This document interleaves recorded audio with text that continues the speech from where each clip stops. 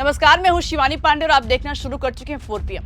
दोस्तों, बिहार में विधानसभा के चुनाव के रुझान में आखिरकार एक बार फिर से नीतीश कुमार सबको पटखनी देते हुए किंग मेकर बन गए हैं और एक बार फिर से उनको सीएम बनने से कोई नहीं रोक सकता है, इधर या उधर, यानी कि एनडीए में या फिर इंडिया में।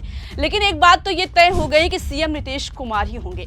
आपको बता दें कि बहुत बड़ी खबर निकलकर सामने आ रही है कि नीतीश के सीएम बनने का ऐलान पटना के जदयू कार्यालय से हो गया है और इसके बाद न सिर्फ पटना से दिल्ली तक हड़कंप मचा है, बल्कि नीतीश ने कुछ ऐसा कर दिया है कि अचानक बीच काउंटिंग में चाणक्य जी को कमान संभालनी पड़ गई है और पीएम साहब और उनके चाणक्य जी को जोर का झटका लगा है।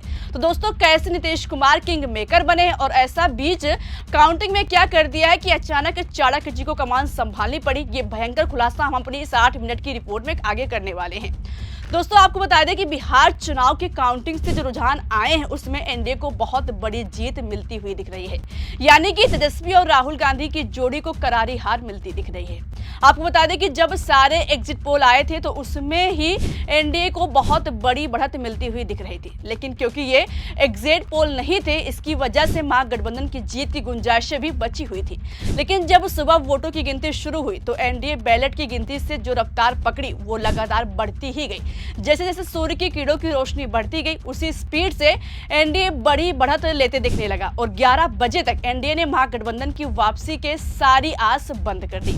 आपको बता दें कि इसमें सबसे तगड़ा गेम नीतीश कुमार की पार्टी का रहा है। पहले जहां एग्जिट पोल में दावा किया जा रहा था कि बीजेपी सबसे बड़ी पार्टी होगी, लेकिन रुझानों में एक बार फिर पूरी तरह से साफ होती दिख रही है कि नीतीश बाबू की पार्टी नंबर 1 पार्टी बनेगी।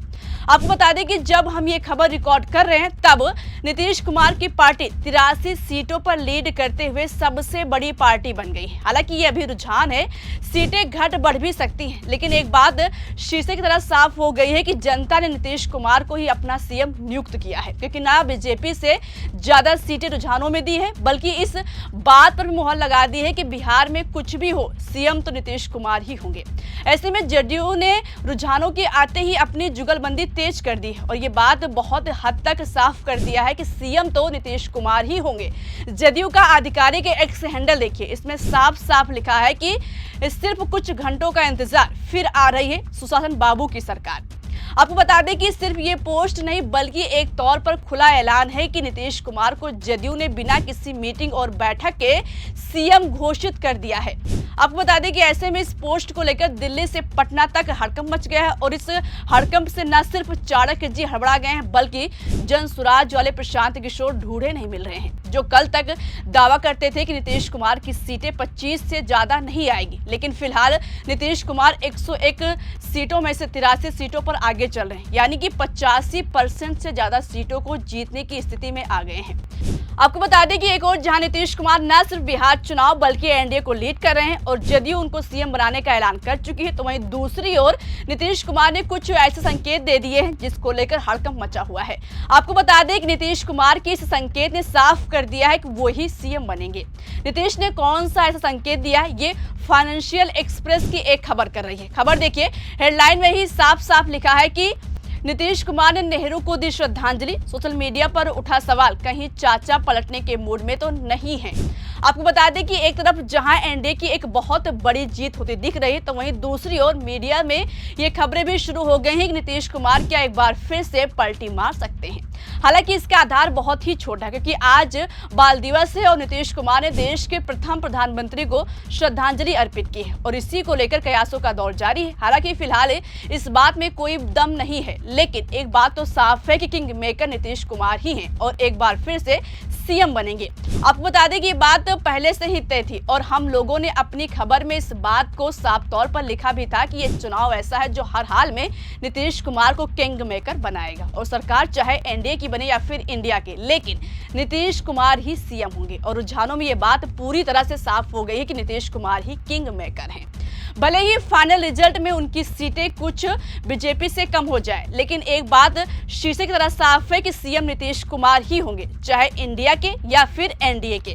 आपको बता दें कि रुझानों से जहां एनडीए को बहुत बड़ा बहुमत मिलता दिख रहा है, तो वहीं दूसरी ओर पीएम साहब और उनके चाणक्य जी का सारा गुड़ागणित फेल हो गया है, क्योंकि चाणक्य जी और उनकी पार्टी पिछले 2 साल से बिहार में अपने सीएम का दावा कर रही थी, लेकिन अब ये दावा कहीं पूरा होने वाला नहीं है, क्योंकि अगर बीजेपी और और एनडीए के सभी घटक दलों को जोड़ दिया जाए तो बहुमत का आंकड़ा बीजेपी को नहीं मिलने वाला है।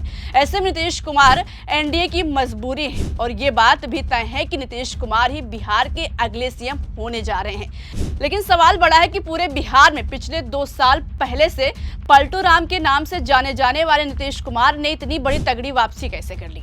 आपको बता दें कि इसकी सबसे बड़ी वजह महिला वोटर थी। नीतीश कुमार ने चुनाव के 1 साल पहले से ही महिला वोटरों पर फोकस किया और हर जगह हर बार जीविका दीदियां और महिलाओं को रिझाने की पूरी कोशिश की और जब मतदान हुआ तब पुरुषों की अपेक्षा 9% वोट महिलाओं के ज्यादा पड़े। तभी कुछ आसार दिखने लगे थे कि शायद आरजेडी के साथ बड़ा गेम होगा और आखिर में यही सही भी साबित हुआ। जो नीतीश कुमार ने बीच चुनाव में महिला रोजगार के नाम पर 1.5 करोड़ महिलाओं के खाते में 10,000 रुपए दिए थे, उस 10,000 ने नीतीश कुमार की तकदीर को बदल दिया और नीतीश कुमार एक बार फिर से किंग मेकर के रूप में उभरकर सामने आए हैं। ऐसे में साफ है नीतीश कुमार को लेकर बिहार की राजनीति में एक बार फिर से चर्चाओं का बाजार चुनाव के रुझान के साथ बढ़ गया है। क्या नीतीश कुमार ने पंडित नेहरू की तारीफ करके बीजेपी के चाणक्य को खुला संदेश दे दिया है कि अगर इधर नहीं बनाया मतलब एनडीए में तो उधर, यानी कि वो एक बार फिर से इंडिया में कूद सकते हैं। और जिस तरह से जदयू ने अपने एक्स पर लिखा है उससे साफ है कि सीएम पद से जदयू कोई समझौता करने वाला नहीं है। हालांकि अभी सारा खेल रुझान का है, शाम तक फाइनली रिजल्ट आने पर असली गेम सामने आएगा। आपका पूरे मामले पर क्या मानना है? क्या जदयू जिस तरह से अपने एक्स पर नीतीश कुमार को एक बार फिर से सीएम घोषित कर दिया है, ऐसे में जदयू ने किसी भी कीमत पर सीएम कुर्सी से समझौता करने वाली नहीं है। क्या जदयू के इस ऐलान से एक बार फिर से पीएम साहब और उनके चाणक्य जी के बिहार में अपने सीएम का सपना चकनाचूर होता दिख रहा है? क्या बिहार में इंडिया गठबंधन को सही तरीके से एमवाई फैक्टर का भी साथ नहीं मिल पाया है? क्या मुख्यमंत्री महिला रोजगार योजना के 10,000 ने बिहार के चुनाव को पलट दिया है? अब अपनी राय कमेंट बॉक्स में हमें जरूर बताइएगा। वीडियो पसंद आई हो तो लाइक और शेयर करना मत भूलिएगा। देखते रहिए 4 PM। मेरा नाम शिवानी पांडे। नमस्कार।